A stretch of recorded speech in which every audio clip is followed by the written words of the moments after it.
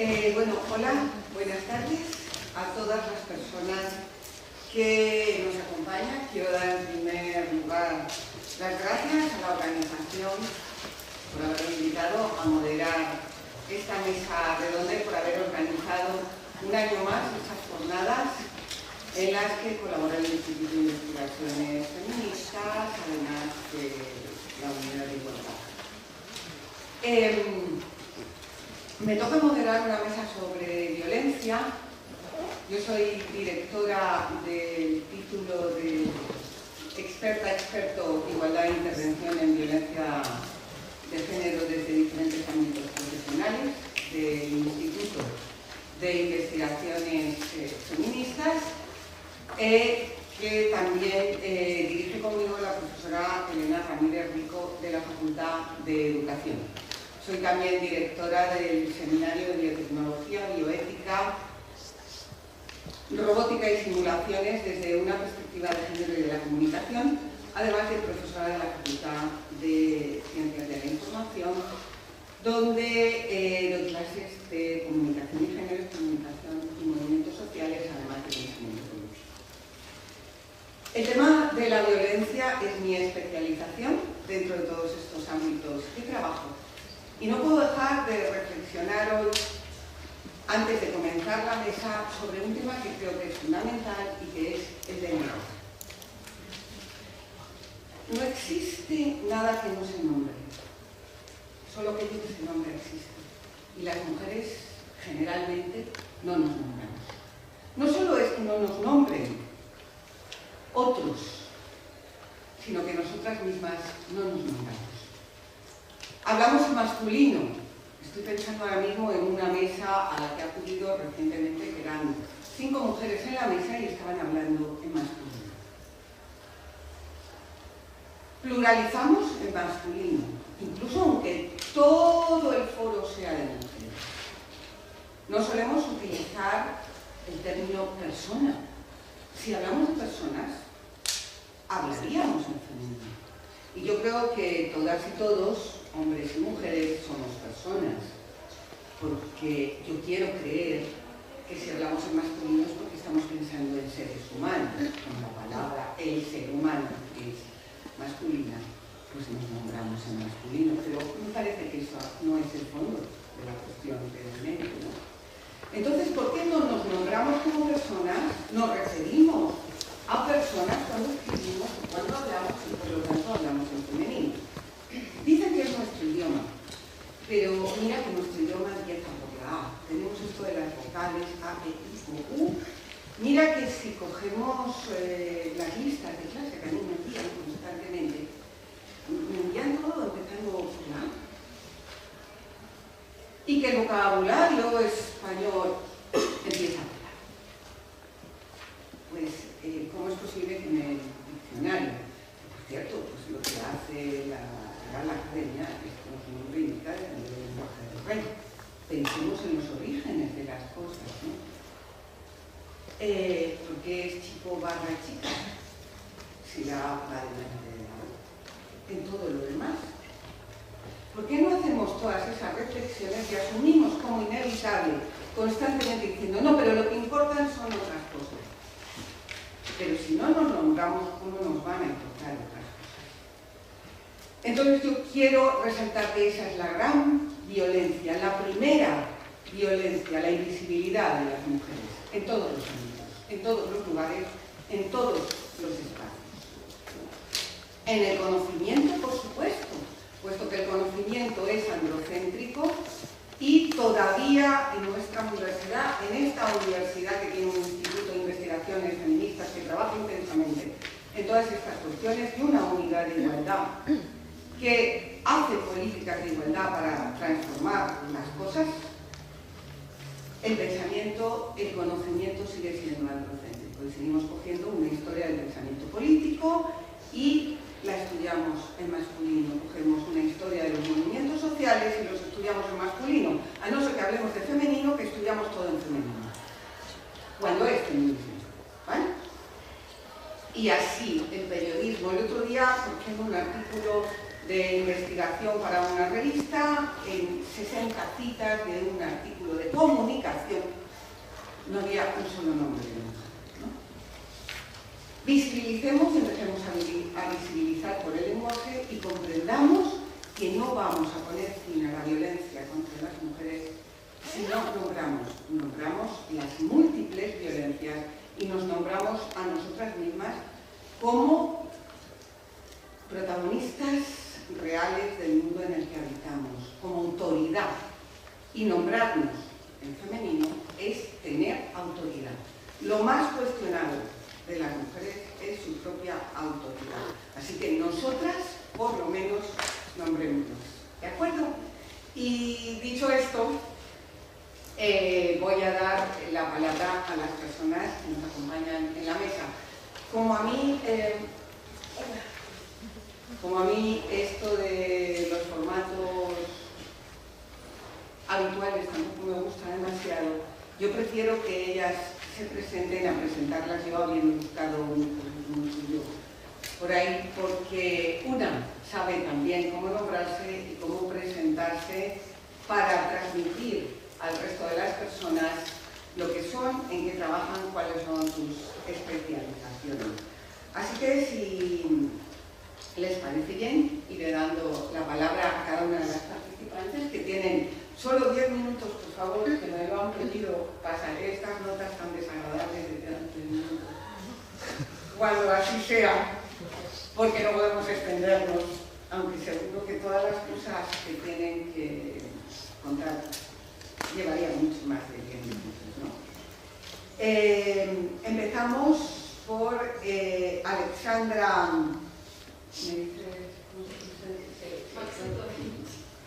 Alexandra Maxutovich. Sí.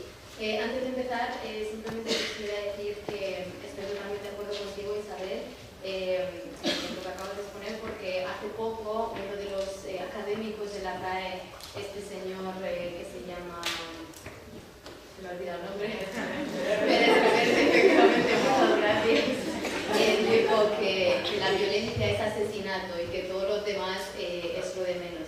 Y efectivamente, violencia también es invisibilizar, violencia también es silenciar. Así que estoy totalmente de acuerdo contigo en que silenciarnos en el lenguaje es violencia, puesto que evidentemente estamos en una mesa de violencia.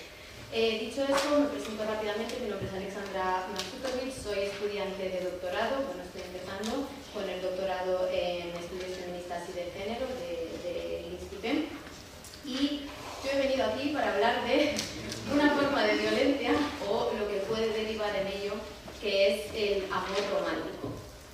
Y ahora voy a hacer uso, un momento,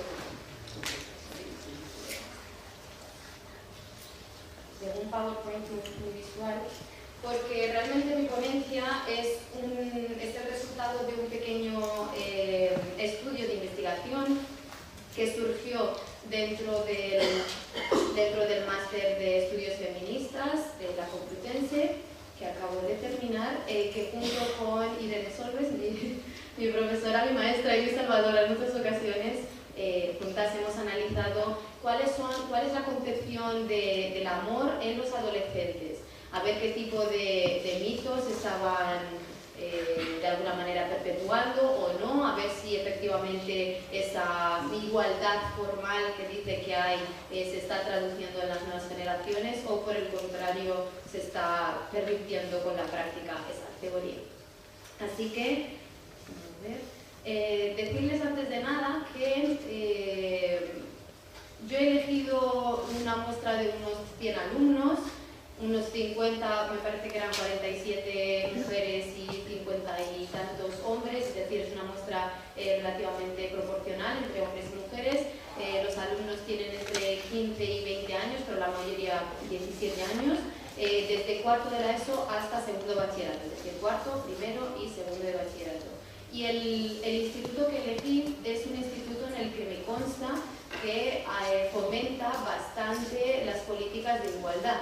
Entonces, los resultados que he sacado, es para que lo tengan en mente, son resultados de un instituto en el que continuamente se está trabajando esa igualdad, en el que hay transversalidad real, y vamos a ver, aún así, qué tipo de estereotipos, qué tipo de prejuicios sexistas llevan o no dentro de sus creencias amorosas. Bien, ¿qué es lo que me ha llevado primero a elegir este tema? El ver el tipo de amor, los estilos amorosos de los adolescentes. Porque según los datos más recientes que hay en el Ministerio, en 2014, de los 10.000 casos de abortos, un 10% son de mujeres y en concreto unos 500 son de menores de 15 años. Abortos que te hacen pensar qué tipo de prácticas sexuales están llevando y que evidentemente estas prácticas sexuales están relacionadas también con la concepción del amor que tienen.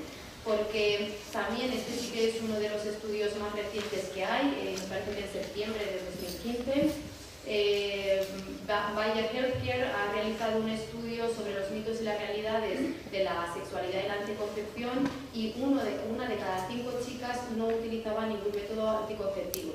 Entonces, claro, vinculando la una y la otra cosa, inicialmente yo quise hablar sobre sexualidad con los adolescentes, no fue posible porque al ser la mayoría menores no te dejan, o sea, inciden bastante en esa... vamos a llamarla infantilización absurda, porque ya sabemos que para el aborto, por ejemplo, se utilizan otras... pero bueno, no entramos ahí, vuelvo a lo que venía. Entonces, básicamente eso, era simplemente el saber si esa igualdad formal se lleva a cabo o no. Aquí, por ejemplo, la distribución de los participantes, pero como realmente vamos un poquito contra el reloj, prefiero centrarme directamente en los instrumentos que he utilizado a la hora de analizarlo y sobre todo los resultados, que es lo más interesante. Elegí 3 instrumentos. Uno se lleva utilizando desde 1980 y tantos, creo recordar, es decir, lleva unas cuantas décadas. Se llama LAS, Escala de Actitudes ante el Amor, que lo que hace es dividir 6 tipos de amor, 3 primarios, 3 secundarios. Y según mis resultados, efectivamente, la mayoría de los adolescentes profesan en mayor medida el mito del amor romántico, cosa que evidentemente ya podíamos intuir. Y el que menos era manía. Pero claro, también sabemos, manía, que por cierto es el tipo de amor obsesivo, compulsivo, y es el menos deseable, por decirlo de alguna manera, y también que tiene una relación directa con la violencia de género. Pero claro, sabemos también del fenómeno de deseabilidad social, y evidentemente los adolescentes no son tontos, bueno, nadie es tonto en general, y también saben qué es lo que está políticamente correcto decir y de qué hay que rehuir. Así que lo que hice fue comparar de alguna manera estas escalas, utilicé varias, ahora llegaré a la segunda y la tercera, para ver si de alguna manera se contradecían dentro de sus respuestas. Y así fue, porque como les digo, si bien manía es el amor por el que menos están de acuerdo, luego sí es cierto que presentan esas contradicciones cuando se les hacen las preguntas de otras maneras. También decirles que, curiosamente, en el tipo de amor eros, es decir, el amor romántico, y en el tipo de amor ágape, que es el amor altruista, el amor en el que antepones las necesidades de tu pareja a las tuyas, y en nombre del amor lo perdonas todo y lo aguantas todo, que tiene que ver y que son los 2 tipos de amor más aceptados, destacan precisamente los hombres. Es como que en un primer momento se nota que ellos creen en el mito del amor de una manera mayor que las propias mujeres. Así que la verdad es que en un primer momento me llamó la atención, pero evidentemente luego todo queda más claro. Por otro lado, he utilizado la escala de detección de actitudes sexistas, que es una escala que se lleva ampliando desde 2005, precisamente para medir las actitudes sexistas en los adolescentes. Es decir, es una escala creada como tal, para ello, para hacer luego medidas de prevención. Pero aún así, esta escala de alguna manera las preguntas son muy obvias y se ven venir. Así que una vez más los adolescentes o la persona que está leyendo lo que está leyendo, si por ejemplo en una de las preguntas se les dice la culpa del paro es porque las mujeres se han incorporado al mercado laboral, es una pregunta muy obvia, aunque lo piensen en cierta medida, siempre van a intentar rehuir de ella porque suena muy mal decirlo. Y esto lo estuve comparando con la tercera escala. Bueno, decirles rápidamente también que aquí he encontrado mayor sexismo benevolente que hostil, eso está claro, o sea, evidentemente sí que se está avanzando en la sociedad, porque aquellas concepciones claramente hostiles suenan muy mal y de alguna manera son las más rechazadas, pero sí es verdad que si se les hace la pregunta en forma de sexismo benevolente, como de alguna manera algún tipo de paternalismo positivo, contestan en mayor medida. Y también es verdad que los estereotipos de género están percibidos en mayor medida por hombres que por mujeres, tanto el de la mujer en el ámbito doméstico como el del hombre en el ámbito público. O sea, ellos lo tienen mucho más claro, de alguna manera, estas esferas a quién pertenecen. Y por último, la escala de los mitos del amor romántico, que es la que elaboré personalmente cogiendo diferentes estudios que ya se habían realizado, es donde, hablando mal y pronto, les he ido a pillar, porque es donde se encontraron esas contradicciones que decía. Así que directamente vamos a ir a las contradicciones. Por un lado, ya que me quedan muy pocos minutos, voy a ir directamente al grano. Por un lado, los hombres, efectivamente, los chicos, adolescentes, contestan en mayor medida de forma idealizada, pero lo que dicen claramente es, a ver, un segundito, porque se lo enseño, dicen, no importa los defectos de mi pareja, si me ama de verdad, los cambiará, pero a la vez también responden, como se suele decir en las relaciones, que bien te quiere, bien te hará sufrir. Entonces, comparando de una de sus contestaciones con otras, lo que me he dado cuenta es de que ellos sí que creen en ese tipo de amor, que amor es igual, o sea, bueno, sufrimiento en la relación es igual a síntoma de amor, pero no están tan dispuestos a profesarlo, a hacerlo, sino que lo esperan de sus relaciones, de sus chicas. Y ellas además, dentro de la relación, tienen muchísimo más claro el estereotipo de sufrimiento, es decir, que ellas tienen que sufrir en la relación porque se encuentran muchísimo más en su contestación y no en la de ellos. Y luego también destacar sencillamente que, si bien es verdad que los tipos de amor que mayor aceptación presenta entre los adolescentes es el amor romántico y el amor altruista, ese amor que decía que te lo das todo por la pareja, en ellas hay una relación directa, un tipo de amor con el otro. Sin embargo, en ellos además se repiten constantemente otro tipo de concepciones. O sea, cuando aparecen estos dos tipos de amor, el amor romántico y el amor altruista, también aparece el sexismo benevolente, el sexismo hostil, el sufrimiento en la relación como síntoma de amor. Entonces, de alguna manera es como que tienen más pervertida esa idea de amor, esa idea de mito del amor romántico. Así que evidentemente habría que intervenir con otro tipo de instrumentos que no fueran tan claros, porque en cuanto saben por dónde va la cosa, evidentemente contestan con mayor deseabilidad social. Y por último, como limitación, sí es cierto que una vez que ya lo he realizado y que ya he trabajado en ello, he echado en falta el haberme planteado desde un principio quizás trabajar solamente con parejas y sobre todo medir de alguna manera tanto el contexto sociocultural del que pertenecen, porque muchas veces también este tipo de prejuicios pueden tener que ver con la cultura de la que provengan, y luego aparte medir a ver qué tipo de respuestas hay entre los adolescentes que han tenido varias relaciones de pareja y otros que han tenido solo una o ninguna, porque una vez más eso también puede incidir dentro del grado de idealización que puedan tener del amor. Y nada más, muchas gracias por tomar tiempo.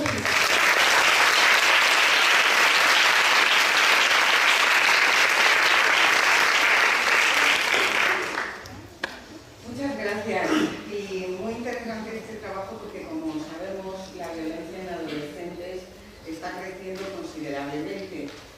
Por lo tanto, hay mucho, seguro estas preguntas que haces ahora y todos los planteamientos iniciales para el trabajo, pues tendrán mucho tiempo de desarrollarlos, pero realmente es un tema fundamental, porque tenemos que entender por qué, pese a las leyes, pese a las políticas de igualdad, pese a las campañas, pese a lo que se está trabajando en diferentes ámbitos, aumenta tanto la violencia en adolescentes. Yo creo que una gran responsabilidad está en los medios de comunicación, pero bueno, son muchos los elementos que intervienen en esto, en esa investigación que tenemos que hacer en este ámbito. Bueno, la siguiente ponencia está a cargo de Nieves Salobral, que es también de la Universidad Complutense, que va a continuar con el tema del amor, ¿no? La moral del amor en la ética de los cuidados.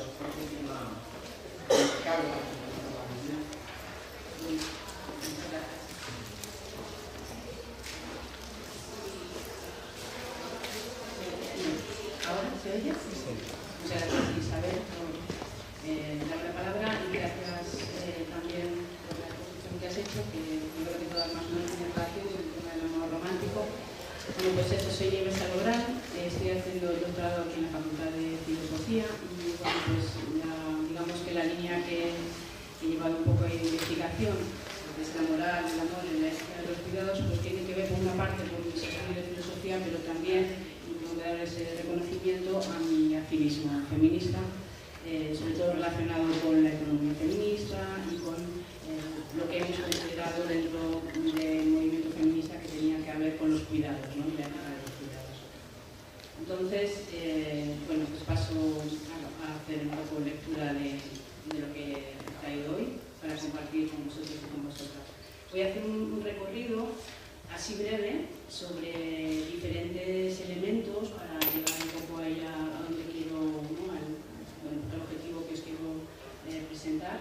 Entonces, por un lado, voy a hablar de las técnicas de sí, de Foucault, para entrar un poquito en la ética, en un momento contemporáneo de San Agustín, porque bueno, pues mi tesis está centrada en San Agustín, en Kierkegaard, pasando por Rousseau. En un contemporáneo de San Agustín, San Casiano, que inició precisamente unas técnicas de sí, ¿no? Para modular el cuerpo, que ahora iniciaré también un breve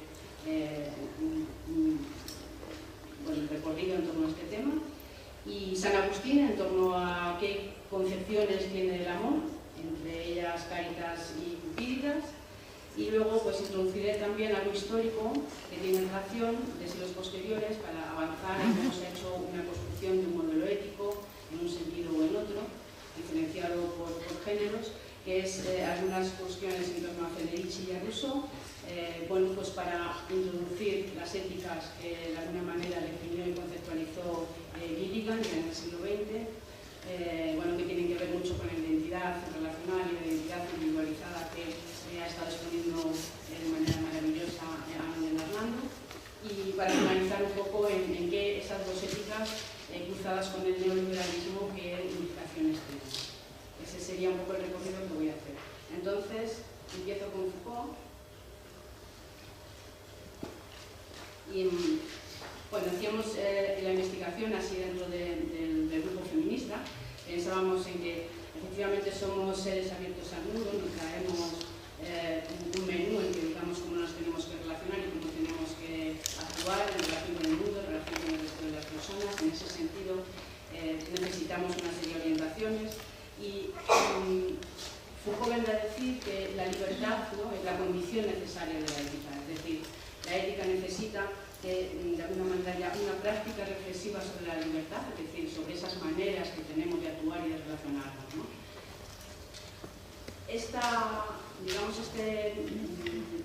Voy a recoger sobre todo aquello que tiene que ver con las técnicas de sí, de Foucault. Sabéis que bueno, pues se establece 4 tipos de técnicas: el de dominación, el de las de producción, el de las simbólicas, pero voy a centrarme solamente en las técnicas de sí, que son unas técnicas que lo que permiten a los individuos es que de alguna manera efectuar una serie de operaciones en el cuerpo, en los pensamientos, en las maneras de actuar, con el fin de transformarse y de alguna manera alcanzar la felicidad o alcanzar algunos logros, incluso dependiendo de las épocas, pues también la idea, ¿no? de inmortalidad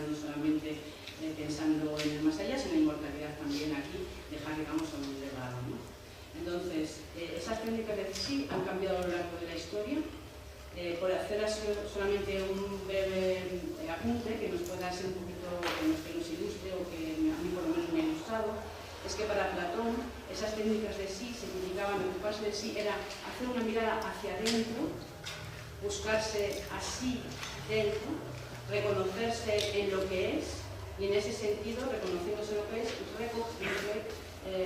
recordar, en la hora de recordar, diríamos, buscaríamos motivaciones que nos hagan, que nos encontremos que somos semejantes, que tenemos unos intereses que nos orientan, y en ese sentido empezamos a buscar cuáles son las prescripciones, cuáles son las reglas que nos orientarían en ese sentido, ¿no? Él hablaría, por ejemplo, pues que está el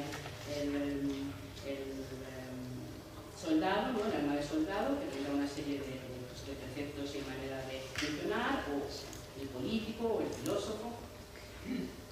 ¿Qué es lo que ocurre? Posteriormente cambia, y ya con el estoico no hay esa, digamos, primero mirada hacia adentro, en la que me hago un reconocimiento, en la que hago un autoconocimiento de mí, busco qué es lo que, en lo que soy, qué es lo que me motiva, o qué es lo que la actividad que yo hago, sino que lo que busco en realidad viene de fuera. Es decir, desde fuera, digamos que era un conocimiento de reglas que vienen desde fuera y principios que son verdades y prescripciones y que yo voy a adoptar y que van a modular mi cuerpo. Es decir, hay una serie de cambios en torno a este tema que lo que van a hacer de alguna manera es que cambien los principios morales a lo largo de la historia.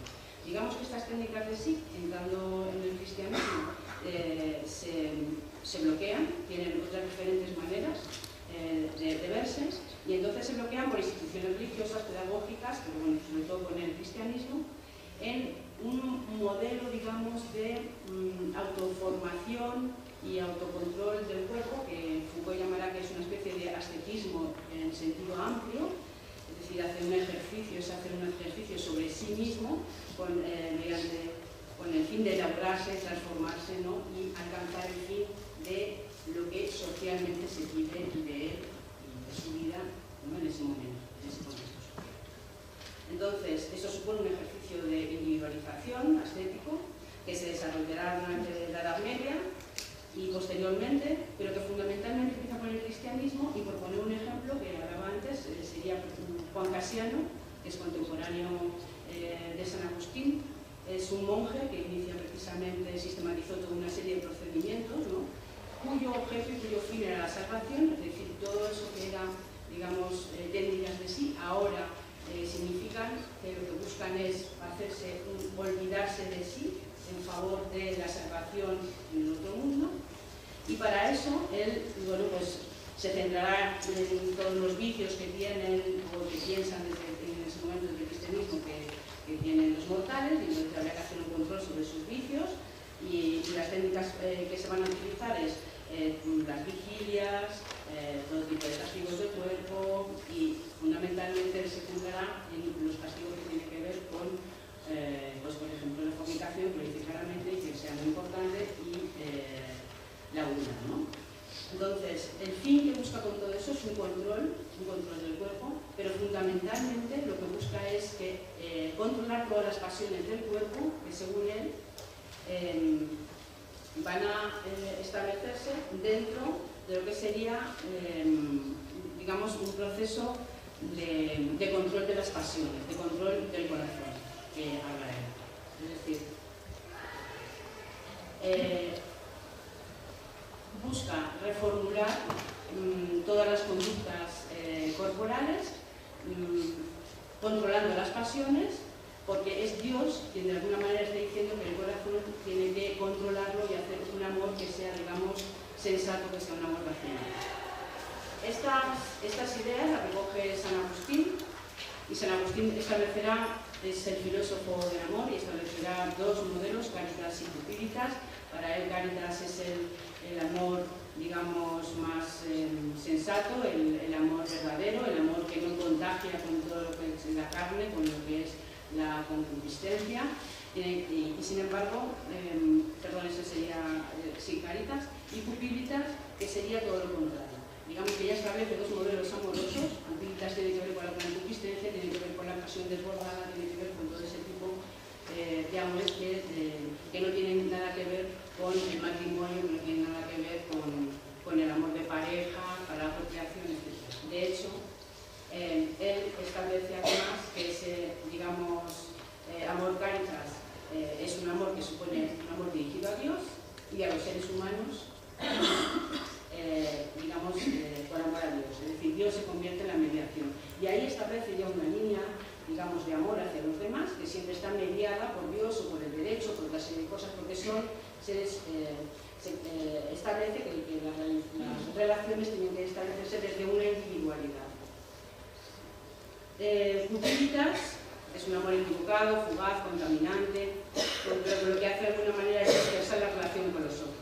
Entonces, ¿qué es lo que plantea este amor, digamos, que tiene que ver con el amor a sí mismo, que tiene que ver con el conocimiento de sí mismo, que tiene que ver con una individualización?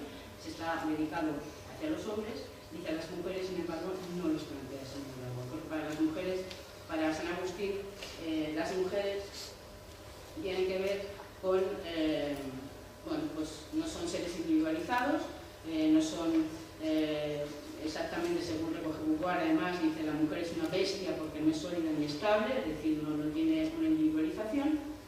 Y sin embargo, además, dirá también que como la mujer al varón hay que someter la acción racional al entendimiento que predomina, ¿no? El entendimiento que predomina, que es un entendimiento patriarcal. Bien, estas digamos que son la situación que nos encontramos ya con San Agustín, haciendo una diferenciación entre los modelos amorosos y también haciendo una construcción de la identidad diferenciada en torno a esos modelos, ¿no? En que la mujer se va a convertir en un modelo de amor hacia el varón, que es el individualizado, y lo describe muy bien en el siguiente texto que me parecía que era importante destacarlo, ¿no? Dice en Confesiones: por este tiempo creía yo, creía ella y creía toda la casa, excepto solo mi padre, quien sin embargo no pudo vencer en mí el ascendente de la piedad materna para que dejara de creer en Cristo como él no creía. Es decir, la influencia de la madre en la creencia en Cristo, en el hijo, por encima del padre que no era creyente. Porque cuidaba solícita a mi madre de que tú, Dios mío, fueses para mi padre más bien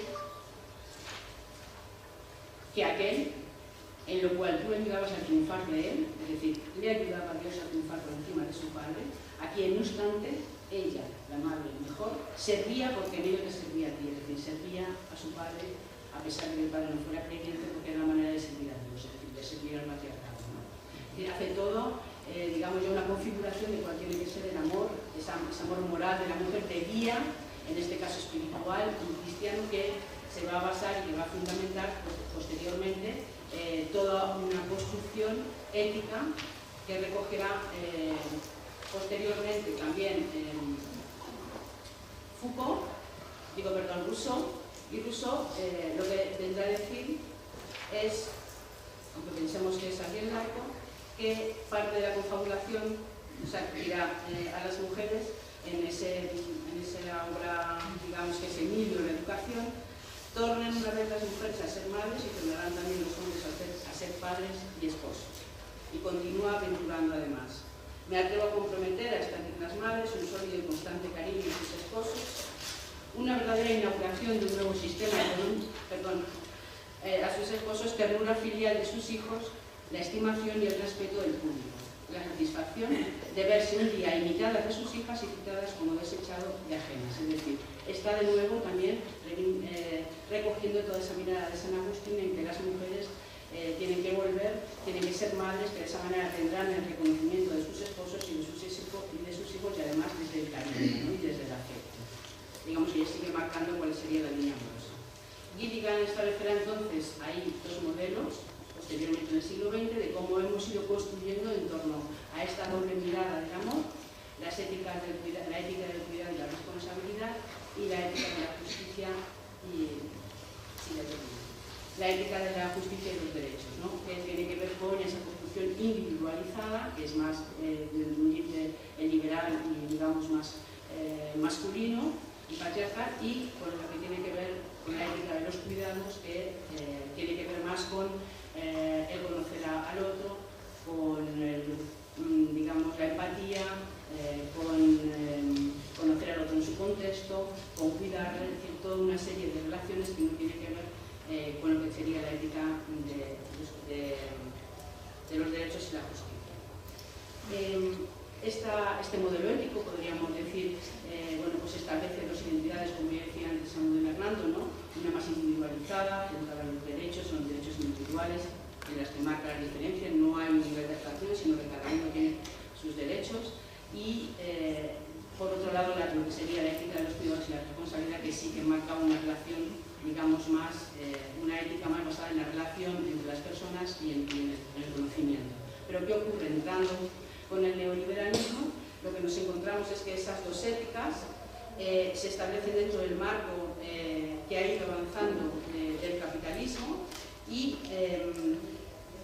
digamos que establecen un nivel de consumo interiorizado vinculado a esas dos construcciones de la identidad.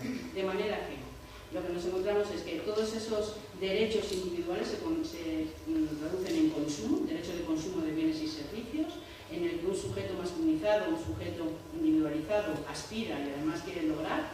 Para ello nos encontramos que va a tener el apoyo y la guía moral, como ya avanzaba San Agustín y como ya avanzaba Rousseau, de un sujeto feminizado, de una mujer, lo que va es a orientarle para que triunfe en el espacio público, para que tenga reconocimiento, porque todas esas técnicas han ido avanzando hacia esa mirada de reconocimiento público. Y las mujeres, lo que se van a encontrar ahí es que tienen una relación de objeto y de objeto de consumo en cuanto a mujeres cuidadoras, mujeres de objeto sexual, es decir, tenemos que ser las mejores esposas, las mejores madres, además de estar guapas, ¿no? A lo que ya avanzaba también en las manos. Entonces, esa, digamos, construcción que se ha hecho de dos identidades complementarias que ya tienen una tradición y que vienen de atrás, se convierten con el neoliberalismo en una relación bastante, digamos, yo diría, o decíamos, por ejemplo, en el grupo, bueno, pues peligrosa, porque viene el patriarcado junto con el capitalismo y se retroalimenta. Y funcionan además con esta idea de complementariedad de éticas, en la que la mujer, y así lo dice también, por ejemplo, María Jesús Izquierdo, plantea que el varón se convierte en los hijos, digamos, en algo donde la mujer pone todo su empeño para que pueda, os lo leo exactamente, porque estoy agobiada ya con el tiempo, que las mujeres transfieran recursos de tiempo a los hombres, porque los hombres no deben ocuparse de alimentar a los hijos, sino que se ocupan las mujeres. Lo que nos dice es que el poder de los hombres es generado por el trabajo de las mujeres, ¿no? El trabajo de cuidados. Entonces la mujer, lo que vive en todo este tiempo, digamos, es que traspasa al marido y a los hijos como una inversión. Es decir, al cruzar, digamos, con el neoliberalismo, lo que nos encontramos es que si yo soy un objeto de cuidados y yo soy una buena esposa, además, ¿qué tengo y qué inversión tengo en esta relación familiar, individual, que no traspaso los cuidados hacia otras personas y hasta hacia el exterior de la familia, sino el interior de la familia? Y que eso puede para mí. Nada más, gracias.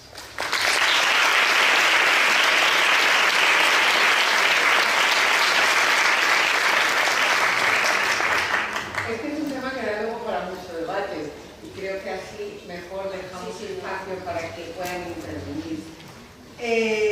Bueno, la siguiente comunicación es la de Tania Martínez Portugal, de la Universidad del País Vasco, narrativas de mujeres activistas sobre violencias sexistas en colectivos sociales y políticos de izquierda. Gracias. Bueno, les voy a agradecer a todas las personas que me pueda tener la oportunidad de compartir el trabajo hecho hasta ahora, que se trata de la tesis y un trabajo de investigación en construcción. Y como decía, compartir algunas impresiones sobre investigar, lo que supone investigar la violencia sexista, la violencia de género, y ubicar en mi propia investigación. Esta investigación trabaja a través de narrativas con mujeres activistas que han sufrido violencia sexista desde sus comunidades activistas. El objetivo no es probar de alguna manera que en los colectivos se sufre violencia, eso creo que está más que probado, sino, al igual que el importante del lenguaje que decías tú antes, sino que se inserta dentro de las críticas feministas a la estructura y el contenido del lenguaje heteropatriarcal. Y por lo tanto, también dentro de los trabajos y la lucha que desde el feminismo se ha llevado a cabo y se está llevando para resignificar los conceptos, ¿no? En este caso, el concepto de violencia. Bueno, tenía que elegir hablar de una cuestión y he elegido hablar de esto precisamente, de la importancia del desarrollo de un enfoque epistémico feminista cuando investigamos sobre violencia. Y voy a dividir la intervención en dos partes. Primero, explicar qué es la violencia epistémica patriarcal y cuáles son sus consecuencias. Y en segundo lugar, qué elementos desafían una conceptualización heteropatriarcal de la violencia y que por lo tanto creo que debemos integrar en cualquier análisis al respecto. Bueno. En primer lugar, la violencia epistémica heteropatriarcal es una de las consecuencias del poder para significar cuáles son los actos que constituyen violencia, sus características y el contexto en el que estos se dan. A su vez, la capacidad para institucionalizar dichos significados es lo que construye imaginarios sociales sobre violencia. Por ejemplo, el imaginario social en torno a la violación consiste en una agresión sexual perpetrada por un extraño con nocturnidad y alevosía que incluye la penetración de la mujer con el pene y que presupone la resistencia activa por parte de esta última. Sin embargo, sabemos que esta descripción corresponde a un número muy pequeño de las violaciones y a pesar de ello es la que más queda reflejada en los códigos penales, que recogiendo un poco algo que decía antes una compañera de la CGT, las leyes no son suficientes, pero es que además ni son insuficientes. Bueno, en primer lugar, frente a la rigidez de este tipo de definiciones, hay autoras como Elizabeth Stanton, entre otras, que reivindican que una definición de violencia debe ser necesariamente fluida. Y esta necesidad se hace patente si nos fijamos y observamos la evaluación de la conceptualización del término por parte del movimiento feminista. En el caso del País Vasco, en 2013, estamos hablando de las violencias machistas o las violencias sexistas y en 2016 estamos hablando ya de violencias transistémicas. Su conceptualización va evolucionando, hay una reflexión detrás y enriquece la mejor comprensión de este fenómeno y ahí la fluidez necesaria. En segundo lugar, frente a la consideración como actos puntuales y aislados, cada vez más trabajos nos dicen que debemos entender la violencia como un proceso y, por supuesto, ubicarla dentro de una estructura que en este caso sería la del sistema heteropatriarcal. En tercer lugar, la violencia epistémica funciona a través de una lógica de inclusión y exclusión. Y esto lo vemos muy claro cuando nos referimos a los códigos penales de nuevo. Ahí los hechos que son incluidos son los que son considerados como violencia y los que quedan fuera no lo son. Frente a esta cuestión, Liz Kelly, ya en 1988, conceptualiza la idea del continuum de la violencia, que evita la jerarquización entre sus diferentes expresiones y además permite la inclusión de un mayor rango de estas. Para identificar y nombrar dichas expresiones, ella decide, y es lo que he decidido yo también en mi investigación y otras muchas, poner en el centro las experiencias, en este caso mujeres, que han sufrido abuso y maltrato. Esas son las definiciones de violencia con las que vamos a partir para teorizar sobre violencia, en este caso contra las mujeres. En esta investigación yo en concreto hablo de violencia sexista. ¿Por qué? ¿Por qué hablo en singular? Porque entiendo que la violencia es un fenómeno relacional y transversal que puede adquirir diferentes expresiones y que utiliza diferentes recursos sociales, económicos, culturales, simbólicos, psicológicos, físicos para manifestarse. Y sexista porque tomo como punto de partida la definición de la norma foral sobre igualdad para la igualdad de la Diputación Foral de Guipúzcoa, que es una definición que es, digamos, el colofón de un proceso de reflexión junto con el movimiento feminista de esta provincia, que tras situarla dentro del heteropatriarcado y partiendo de dos ficciones, la ficción hombre y mujer, dice: toda técnica de violencia que se da para mantener esta relación de poder de hombres sobre mujeres serán técnicas o violencias sexistas. En este sentido, esta investigación en concreto se ocupa del análisis de la violencia en una de sus múltiples formas, no pretende invisibilizar otro tipo de violencias, como puede ser la violencia transfoba, lesfoba, que también son violencias de género o violencia de género.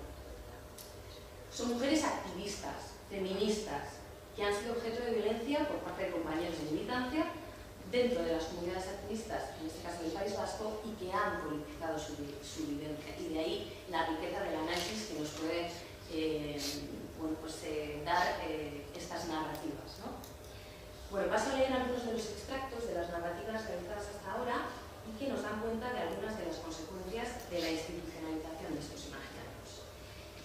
Irene mantiene una relación discontinua, epistolar, se ven de vez en cuando, viajan juntos y se acuestan con un renombrado profesor de universidad que le saca al menos 10 años y que constituye un referente para los movimientos sociales, en especial el antiautoritario. Ella explica cómo le resulta difícil reaccionar en un primer momento frente a la relación de abuso y maltrato, porque el peso del discurso imaginario en torno al maltratador no se ajusta a su realidad, es decir, a lo que ella está viviendo. Ella dice, lo veía, lo identificaba, pero estaba paralizada. Creo que me parecía tan absurdo lo que estaba pasando que una persona que es un referente de militancia, de sabiduría, me tratara así es lo que me dejó sin capacidad para reaccionar. Marta tuvo una relación estable con un hombre por la igualdad, otro referente dentro de su movimiento y también 10 años mayor. Esto, obviamente, la diferencia de edad no pasa en todas las narrativas, pero sí que me gustaría incidir en el hecho de que el adultismo es reconocido tanto por parte de las activistas como por otras autoras del movimiento feminista como uno de los recursos del que se valen los maltratadores para establecer estas relaciones desiguales de poder en base a la supuesta autoridad para imponer su visión sobre las cosas por su mayor edad y experiencia. Bien, su maltratador le propone una relación poliamorosa. En realidad lo que sucede es que él fiscaliza toda su sexualidad, creándole ansiedad, culpabilidad, mientras él mantiene relaciones paralelas en secreto. Marta habla de cómo vive ella el rol del maltratador y de la víctima. La estrategia de Carlos fue atípica y seguramente por ello no identifico la relación que tuvimos él y yo con el llamado círculo de la violencia. Una amiga mía hacía la siguiente reflexión basándose en su propia experiencia. Tal y como está construido el papel de la víctima, nadie queremos serlo. Creo que a mí me sucede un poco eso. Yo no me reconozco como víctima, no me atrevo a decir que él es un maltratador. Pero quizás por la estrechez de la narrativa sobre el maltrato, creo que además tendemos a utilizar los conceptos de forma muy identitaria. Es un maltratador. No es tan sencillo. Para mí fue además una persona muy importante en mi vida. Curiosamente, cuando este tipo de historias me suceden a mis amigas, no me cuesta tanto. Hace poco le estoy gritando a Alex, una amiga mía por la calle, acosador, que eres un puto acosador.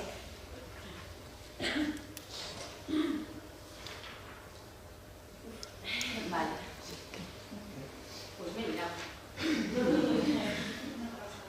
Sí. Bueno, Marta señala una cuestión importante en la construcción de los imaginarios que adquiere protagonismo tristemente durante los procesos de gestión de la violencia dentro de los colectivos, y es que ella es el hecho de que el maltratador no es esa persona horrible y reaccionaria, sino que puede tener muy buenas cualidades dentro de la lucha o ser un buen compañero o referente de militancia, lo cual obviamente no resta una luz de realidad a los hechos.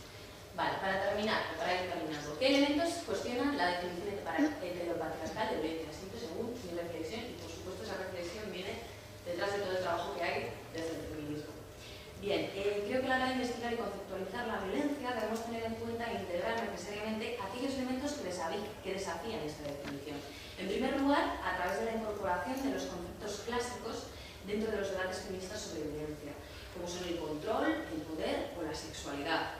Y también aquellos conceptos que se han incorporado más recientemente, como es la construcción social del amor romántico y la identidad sentida o entendida en un sentido amplio. Genérica, cultural, de clase, religiosa. Y bueno, si bien considero que todos estos conceptos tienen suficiente entidad para constituir elementos de análisis independientes, creo que en realidad todas ellas están interrelacionadas y que, por lo tanto, deben estar presentes en el análisis. Algunas, como la sexualidad, el amor romántico o la identidad, pueden parecer como materializaciones de aquellos más abstractos, como el poder, el control, que en sí mismos constituyen una relación de retroalimentación. Poder para tener el control y control para tener poder sobre. La violencia, en sus múltiples expresiones, es la fórmula de imposición, y cumple por lo tanto una función instrumental dentro de una estructura que se sostiene a partir de su propia esencia. Por último, y en segundo lugar, un enfoque estructural que sitúe la violencia sexista dentro de un escenario de resistencia de las mujeres al ejercicio de poder de los varones, no como víctimas pasivas. Dicha resistencia, entendida en clave de agencia, se puede expresar de formas muy distintas y se va a desarrollar en base a sus posibilidades de acceso a los diferentes recursos materiales, emocionales, económicos, culturales, sociales. Al igual que la violencia y sus expresiones, los procesos de resistencia y de politización deben verse de forma fluida, en clave de proceso, en forma de un continuum de expresiones que nos llevan a identificar, nombrar, resistir y actuar frente a la violencia. Muchísimas gracias a todas las activistas que han participado en esta investigación.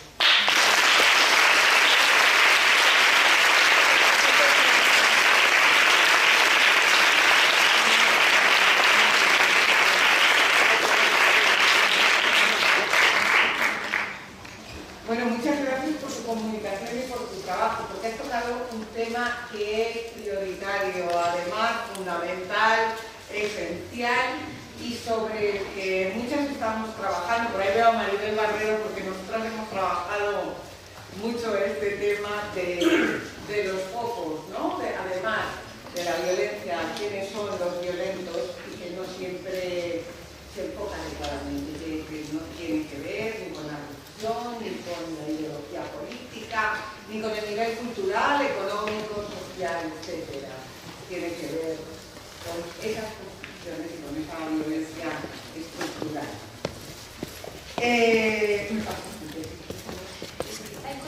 Está en construcción, no lo has terminado. Bueno, María Ávila, Gabo Villasante, de la Universidad Rey Juan Carlos, que va a hablar sobre violencia sexual contra las mujeres en los conflictos bélicos. Hola, ¿sí? Sí, vale. Bueno, pues yo estoy en tercer año ya y estoy estudiando la reacción contrafeminista y misógina que hay en las sociedades postcapitalistas desde la violencia sexual como uno de los ejes, ¿no? Y me vais a perdonar, yo voy a leer porque me van a empezar a caer notitas y me pongo muy nerviosa. Entonces prefiero leer y... Nuestra comunicación pretende, por un lado, poner de manifiesto la instrumentalización de la violencia sexual hacia las mujeres en los conflictos bélicos. Por otro, quiere marcar esta violencia sexual como una manifestación extrema de política sexual, haciendo especial énfasis en el nexo existente entre la violencia contra las mujeres en tiempos de paz y en tiempos de conflicto. La violencia sexual contra las mujeres en los conflictos bélicos siempre ha sido visible. Lo que ha variado ha sido su manera de enmarcarla. Y esto ha sido así gracias a la conceptualización feminista. En 1915, la feminista Jane Mills circunscribe las violaciones en el cuadro más amplio de las relaciones entre los sexos. Los soldados en la guerra, afirma la autora, no respetarán a las mujeres enemigas más que cuando los hombres aprendan desde la primera infancia el respeto a las mujeres. Sin embargo, vamos a tener que esperar hasta la obra de Susan Brown Miller, Contra nuestra voluntad, para poder pasar de una interpretación patriarcal de la violencia sexual y de la violación a una conceptualización feminista. Bien, el andamiaje conceptual de la tradición feminista, desde sus inicios ilustrados, nos ha permitido mostrar el engranaje, la mecánica misma de un sistema patriarcal. Una de las cosas en las que se sostiene este sistema es en que los hombres reclaman para sí el uso, el disfrute y el desecho del cuerpo de las mujeres. Para garantizar este acceso metaestable, porque va a ser estable a lo largo de toda la vida del patriarcado, pondrán a su disposición todos los mecanismos a su alcance. En situaciones de conflicto, estos mecanismos van a ser absolutos. La violencia extrema a la que se someten a las mujeres en situaciones de conflicto va a ser una manifestación exacerbada de la desigualdad, la discriminación y el reparto diferenciado de poder que encontramos en buena parte de las sociedades patriarcales en tiempos de paz. En situación de conflicto, la cosificación que opera en las mujeres en las sociedades patriarcales en tiempos de paz se va a traducir en términos territoriales. Las mujeres se convierten en un territorio más a reterritorializar, una propiedad usurpada al enemigo, saqueada, quebrada, humillada, amenazada. La violencia sexual contra las mujeres va a ser instrumentalizada como maquinaria de guerra.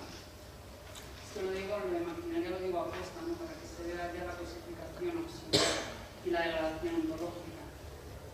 Se produce un cambio de enfoque. Si desde la Primera Guerra Mundial hemos visto que la violencia contra las mujeres ha sido denunciada, va a ser en el conflicto de los Balcanes cuando se reconoce la importancia de estas agresiones. Es importante que tengamos en cuenta ciertos factores en el antiguo modo de abordar dicha violencia. En primer lugar, no se va a tener nunca en cuenta el punto de vista de las mujeres agredidas, ni van a importar para nada las secuelas de esta violencia. El cuerpo de las mujeres torturadas se va a transformar alegóricamente en la representación de una nación femenina violada pero inocente. No es el sufrimiento individual lo que importa, sino el significado de tales actos para la integridad nacional. La atención no se centra en las experiencias traumáticas de las mujeres individuales, sino en las consecuencias de estas experiencias para la identidad nacional colectiva. Esto es, lo que importa son qué vamos a hacer con los niños de estas violaciones, con los hijos de estas violaciones, porque se supone que son hijos varones primero fáciles. En segundo lugar, estas violaciones, lejos de ser pensadas en el marco de las grandes atrocidades del enemigo, se van a condenar como excesos individuales. Es importante poner de manifiesto que las agresiones sexuales y las matanzas de mujeres se van a realizar, salvo en honrosas excepciones, con la connivencia de la autoridad militar. En Vietnam, por ejemplo, se instruía a los soldados en el arte de desnudar, violar, introducir bayonetas en la vagina, etc. El permiso para violar se utilizaba como estímulo para el reclutamiento y en caso de sufrir algún tipo de amonestación, esta era simbólica, como reconoce Osborne. La conceptualización feminista de la violencia sexual en tiempos de guerra y en tiempos de paz ha permitido desmontar los pilares sobre los que se sostiene la ideología de la violación. Una de las estrategias más habituales ha sido reducir la violencia sexual a una manifestación de un sujeto varón individual. Mediante este ardid, resultaba complicado desvelar el carácter real de la violencia, a saber, que constituye una pieza clave de la dominación patriarcal. Fue Milet la primera que apuntó en esta dirección. Para la autora de política sexual, el patriarcado se asienta también sobre un tipo de violencia de carácter marcadamente sexual que se materializa plenamente en la violación. La violación sería un ejemplo bastante ilustrativo de la política sexual, en tanto que se pone de manifiesto el desprecio, la agresividad, el interés por destruir y humillar a la otra persona. El análisis histórico que llevó a cabo Ron Miller pone en evidencia cómo la violación en las sociedades modernas pierde su ventaja económica. Y esto nos permite desvelar un poco su verdadera dimensión. Ya no se trata de capturar esposa o de asegurarse una herencia. Lo que queda es la lucha masculino-femenina fundamental, un ataque sorpresa, una expresión breve de poder físico, un proceso consciente de intimidación, una invasión sexual brutal, fea, de posibles efectos psicológicos duraderos para todas las mujeres. Hasta que Ron Miller. Lo personal es político y el efecto de la violación en una mujer genera miedo en todas las mujeres. Los análisis realizados por Ron Miller dicen que desde los tiempos prehistóricos la función fundamental de la violación ha sido el proceso de intimidación, mediante el cual todos los hombres mantienen a todas las mujeres en situación de miedo. En la guerra que el patriarcado ha declarado a las mujeres, los violadores cumplirían la función de mirmidones para el resto de camaradas varones, realizando el trabajo sucio que los hombres de clase superior no quieren hacer. Funcionarían como agentes secretos, escondiendo su identidad bajo multitud de mitos: el mito de la insaciable energía sexual, el erotismo, la perversión, las adicciones o la enfermedad mental. Tras un análisis exhaustivo de estadísticas y estudios, la conclusión a la que llega Ron Miller es que los violadores son seres insípidos y banales. No hay elementos en su personalidad que les lleve a destacar. La violación sería un acto torpe, obtuso, feo, cometido por chicos malos, sus primos y sus hermanos mayores, no por calaveras encantadores, ingeniosos, inescrupulosos, heroicos y sensuales, ni por almas tímidas privadas de una descarga sexual normal, o por su superhombres, perseguidos de una locura incontrolable. Y sin embargo, sobre los hombros de esos jóvenes inconscientes, predecibles, insensibles, violentos, pesa una carga inmemorial que apunta a una misión histérica, la perpetuación de la dominación forzada del macho sobre la hembra. Romeo. Por tanto, la violación es un crimen político con una peculiar historia política y por tanto la solución nunca puede venir por vía individual, siempre será una solución política. Pues bien, la violencia sexual ejercida contra las mujeres en la guerra es indiferente al bando. No es que se disuelvan los bandos, es que las mujeres en esta guerra no declarada forman parte del otro bando, son la alteridad. Por decirlo con Ron Miller, la víctima femenina de una violación en tiempo de guerra es elegida no porque sea representante del enemigo, sino porque es una mujer y en consecuencia una enemiga. La violencia sexual como arma de guerra. Pues la violencia sexual en los conflictos bélicos va a pasar a formar parte de los daños colaterales. Incluirlo sin más en el genérico de actos no esperados, que es como se define un acto colateral, oculta la verdadera dimensión que tiene. Oculta la premeditación, el interés por humillar y el interés por destruir a las mujeres. Lo que oculta a fin de cuentas es que dista mucho de ser colateral. La violencia sexual que sufren las mujeres en el conflicto bélico responde a estrategias y objetivos concretos. Hasta tal punto que puede ser equiparada a una herramienta más puesta a disposición de los ejércitos. Señalo en qué sentido se puede considerar herramienta. Es una violencia instrumental en tanto que sirve para aterrorizar y humillar a la población civil, sirve para desmoralizar al enemigo, recompensar a las tropas, sirve de propaganda y como forma de genocidio y de limpieza étnica. En primer lugar, pánico y humillación a la población civil. Si en tiempos de paz la violación es el medio en que los hombres mantienen a las mujeres en situación de miedo, en tiempos de guerra siembra el miedo en toda la población. Además, luego se da una suerte de desafortunada metonimia entre virilidad y fiereza, de tal manera que la fiereza del ejército se va a medir por la crueldad sexual.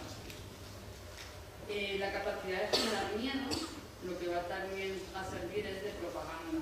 Y esta propaganda lo que hace es permitir que se genere más odio hacia los contrarios y también va a permitir justificar las revanchas que se den. Por otro lado, desmoralizar al enemigo. La violación de las mujeres del bando amigo se mide en términos de incapacidad del propio ejército conquistado para defenderla del feroz ataque enemigo. En tanto que mujeres propiedad, mujeres nación, su violación pondría de manifiesto la impotencia de los conquistados. Bueno, pues voy a la conclusión. Un segundo, porque... reducir la violencia sexual a un daño colateral ha contribuido sobremanera a su invisibilización estructural.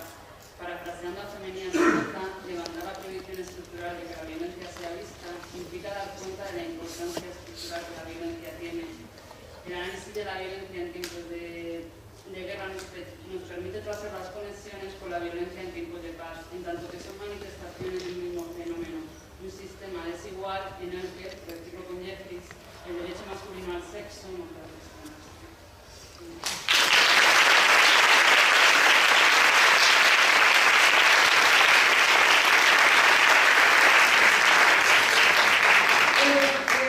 La mesa se cuenta con un título bastante provocador y un tema bastante provocador. Violencias consentidas, entre comillas, una nueva forma de violencia.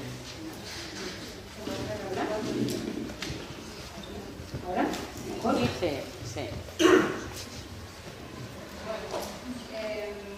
Mi comunicación se llama Violaciones consentidas. Después de violaciones como arma de guerra, de verdad que se me cae un poco más la cara de vergüenza, pero después, no, para nada. Entendemos que, violaciones consentidas. Pues imagino que pensaréis de qué os voy a hablar, ¿no? Pues empezaré hablando de dónde surge este concepto, este término, este concepto. Y surge pues de mi propia experiencia. Yo cuando era más joven, estaba un día, conocí a un chico Y pues lo típico, conoces a un chico en un bar, pues parece una fiesta y tal, no sé qué, pues vais a su casa, pues no parece tan majete, pero bueno, lo intentas, y nos empezamos a liar, bueno, tampoco tan bien, terminamos en la cama, empezó a ir todo peor todavía, y entonces de repente pues yo me vi allí plantada y diciendo, ¿y ahora qué cojones hago? O sea, tenía dos opciones prácticamente, en ese momento pensé, lo recuerdo como si fuera ayer, y pensé, pues tengo dos opciones, o me quedo y aguanto, o me levanto y me voy. En ese momento me levanté y me fui, y lo que me hizo pensar es en cuántas veces me había quedado aguantando la relación sexual que realmente no estaba consintiendo o no estaba deseando. Entonces, violaciones consentidas trata de dar un poco un término, o sea, trata de conceptualizar eso. Mi hipótesis, el trabajo de mi trabajo de fin de grado, que luego fue trabajo de fin de máster y que ahora va a ser mi tesis doctoral, trata de llamar la atención, o sobre todo el principal objetivo es conocer si las mujeres acceden a mantener relaciones sexuales sin el componente del deseo. Y si esto es así, ¿por qué? Entonces, después de mi experiencia personal, que como yo soy un poco así, yo se lo conté a mis amigas en tono de humor, porque claro, como me voy a reconocer yo también un poco como víctima, ¿no?, de algo que no estaba queriendo, y me di cuenta de que la mayoría sentía. Entonces eso me hizo pensar que a lo mejor esto se había extendido más de lo que yo pensaba, que a lo mejor era una experiencia particular. Entonces, a través del trabajo de grado, que es el proyecto piloto en el que trabajé, pues voy a ver si esto realmente acontece en el resto de la vida sexual o la biografía sexual de las mujeres. El trabajo está centrado en la experiencia de las mujeres heterosexuales, una simple acotación de campo de estudio. Y bueno, pues la metodología que utilicé, por supuesto con un enfoque muy cualitativo, porque todas las cosas lo que me importa, lo que me sigue importando es saber la significación de los hechos, no la cuantificación.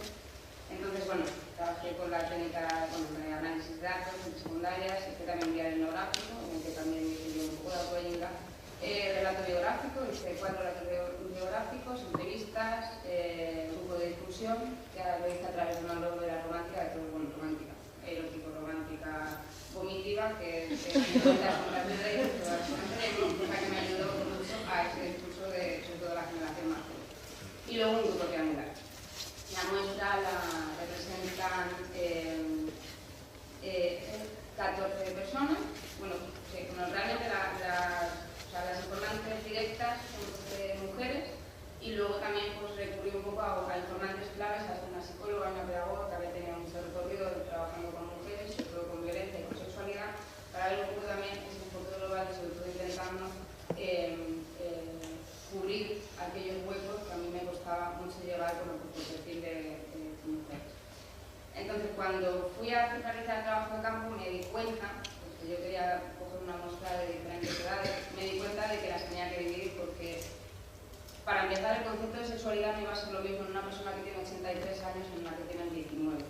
Entonces, eso fue lo primero que hice, y este estudio, que era SIGTAN, se convirtió en un estudio comparativo intergeneracional, que además me di cuenta de que las relaciones sexuales se dividen en diferentes maneras. Es decir, podremos ver las relaciones formales y las relaciones informales. Dentro de las relaciones informales, pues lo que conocemos de manera coloquial, el juego de una noche, una relación esporádica, y luego tendríamos el rollo, como se dice en los relatos, o una relación semiduradera. Luego, posteriormente, las relaciones formales, tendríamos la relación de noviazgo y de matrimonio. ¿Qué es lo que ocurre? Bueno, pues lo primero, como os comentaba, la diferencia, o sea, la definición de relación sexual se va a diferenciar mucho en una generación y en otra. Por ejemplo, en la generación de mayor edad, el concepto de relación sexual tiende a ser un poco una definición muy ligada al deber, pues por la época en la que viven. De hecho, muchas todavía describen las relaciones sexuales como ese débito conyugal de yo tenía que acceder a la relación sexual cuando mi marido quería, como mi marido quería, cuando él quería. En la generación intermedia se ve que hay un cambio, sí que se busca, como que el discurso de la revolución sexual empieza a caber un poco ahí, que dista muchos años entre una cuestión y Y luego en la generación de menor edad sí que se ve, por ejemplo, que se hace una búsqueda del deseo sexual, o sea, hay una búsqueda y una defensa de ese deseo, ¿no? Y además, bueno, pues tienen la generación de menor edad, bueno, pues relaciones esporádicas, noviazgo y tal, pues sí que era una publicidad. Que no me traigo PowerPoint, pero tenía un eje de coordenadas en la que se cruzaba y lo podíamos ver. Pero bueno, conceptos claves. O sea, ¿por qué el deseo para mí es clave? O creo que ahora podemos entender todos por qué el deseo es clave, no todas. El deseo se considera un previo o el primer escalón a tener, a mantener una relación sexual. O sea, el esquema de amor, que es deseo, excitación, meseta, orgasmo, resolución, como que se establece que esas son las funciones de una relación sexual placentera y que todo termina bien, porque no todo termina en orgasmo, pero sobre todo el deseo sí que se consideraría un paso previo a esa relación. Es decir, que si no tenemos ese deseo, esa excitación, no tenemos ganas de tener una relación sexual, lo demás no tendría sentido. Entre otras cosas porque la relación sexual, el objetivo de una relación sexual es el placer. Entonces, ¿de qué estamos hablando si no estamos predispuestos a obtener ese placer? Ahí llega una. Entonces, conciliando, intentaba siempre. Violencia, madre mía. Sí, esto pasa más rápido de lo que pensaba. Violencia, ¿por qué considero que es una violencia? ¿Qué tipo de violencia considero que es? Pues una violencia interpersonal, sobre todo, porque al final lo que intento poner en manifiesto es que a través de la construcción sexual y de género de las mujeres, al final terminamos desarrollando, un poco más, pero una autoviolencia, es decir, el contexto, la violencia simbólica nos hace estar en una posición de subordinación y por lo tanto ni siquiera identificar este tipo de actos como violencia. No, simplemente pues es como una relación sexual no tan buena, pero ya está, no es una relación de violencia, es una relación que no deberíamos de permitir si tuviéramos un empoderamiento sexual apropiado. Os voy a decir rápidamente, porque quedan 3 minutos, ¿no? No, ya te quedan menos. Ya menos. Bueno, el concepto de violación consentida, que no me voy a definirlo nada más, es un oxímoron y precisamente es un oxímoron porque trata de recoger la propia contradicción. Como comentaba al principio, una relación en la que se busca el placer, una relación sexual que se busca el placer, se contrapone con ese placer que luego sentimos. Las repercusiones de las violaciones consentidas, pues hay una modificación de conducta, ocultación, incluso hay muchas de algunas de las mujeres que han participado en el estudio que han desarrollado aversión sexual.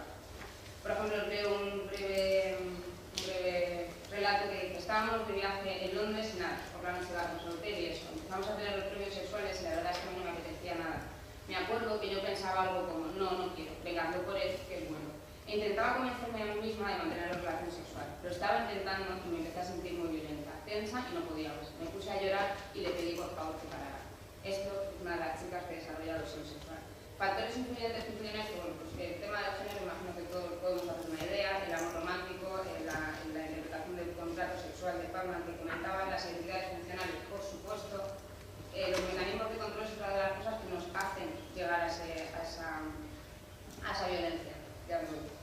Y bueno, simplemente os comento, luego lo veréis y lo podéis leer en algún sitio, es muy amplio y puede ser más interesante de lo que estoy contando aquí, pero terminaré simplemente con una frase que a mí me gusta mucho de otra de las chicas que participaron, diciendo que la típica charla con mi madre hablábamos de educación sexual. Decía, todavía la sigo esperando. Lo único que me dijo cuando hice un año con mi novio fue: no hagas nada que no quieras, ¿eh? Y ahora que lo pienso, es que se supone que voy a hacer algo que no quiero. Pues sí, lo haces.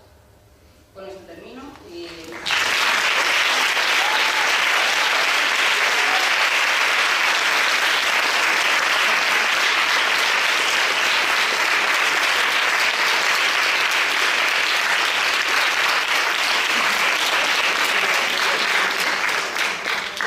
¿Tenemos tiempo para debate?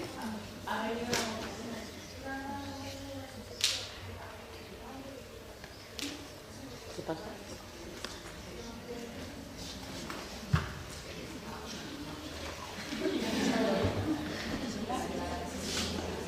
¿Sí o no? ¿Tenemos tiempo o no? 8 minutos contados. Muy bien, 8 minutos contados. Yo he contado todo el rato, ¿eh? Les he contado. tenemos 8 minutos para el debate. ¿Alguien quiere aportar algo? A ver, ¿dónde? Allá.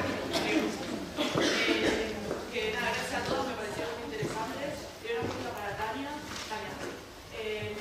Resulta que, bueno, a ver, con el tema de los movimientos sociales y tal, hay muchos casos en mi entorno, vamos a decir, de este tipo, y te quería preguntar si, aparte de, como de investigar los casos en sí, si también vas a hacer algo respecto a las reacciones y cómo se está reaccionando los colectivos, porque está habiendo casos en los que los colectivos feministas están denunciando la violencia que está pasando en los propios colectivos sociales y está habiendo, por lo general, una respuesta que lleva al cuestionamiento de la denuncia de las chicas, el intento por parte de ellos de definir lo que para nosotros es violencia machista y lo que no.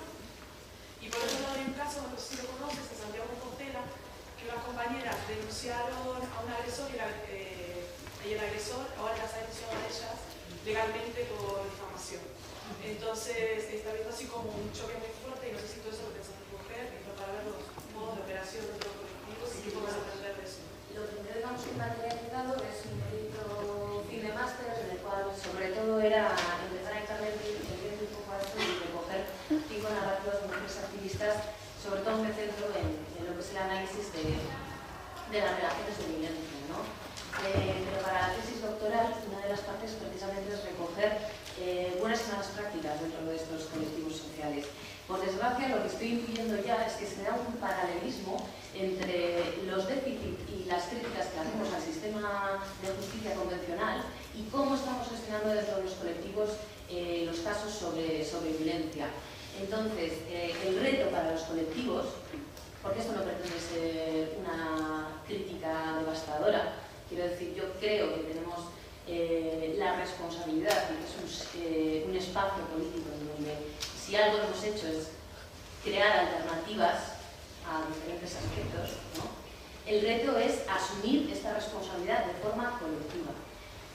A nivel metodológico, lo primero que voy a hacer es un grupo de discusión con mujeres activistas que han participado dentro de los colectivos mixtos en grupos o comisiones de género que han intentado trabajar el género o el feminismo dentro de su colectivo. Y un poco, digamos, que la pregunta guía es ¿qué elementos o cuáles son las resistencias dentro de los movimientos sociales para el reconocimiento de la violencia sexista como violencia política? Porque yo creo que una de las claves está ahí, ¿no? Y bueno, por desgracia, mi investigación solamente recoge casos del País Vasco y a lo mejor, si tengo tiempo porque no tengo beca, y esto es la optimización de recursos totales, también a Cataluña. Pero sí es cierto que me está llegando información de mucha gente que está... Quiero decir que hay ejemplos de gestión colectiva positiva.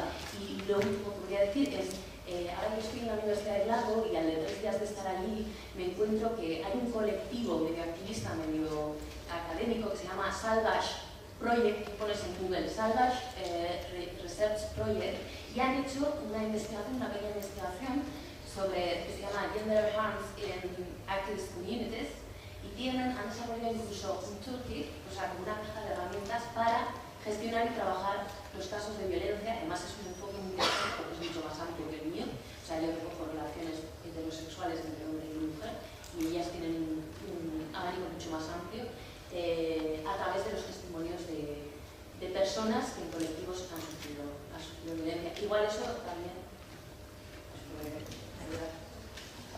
No más intervenciones, me dicen, lo siento mucho, está claro que hay mucho debate que abrir en muchos temas, así que habrá que continuar.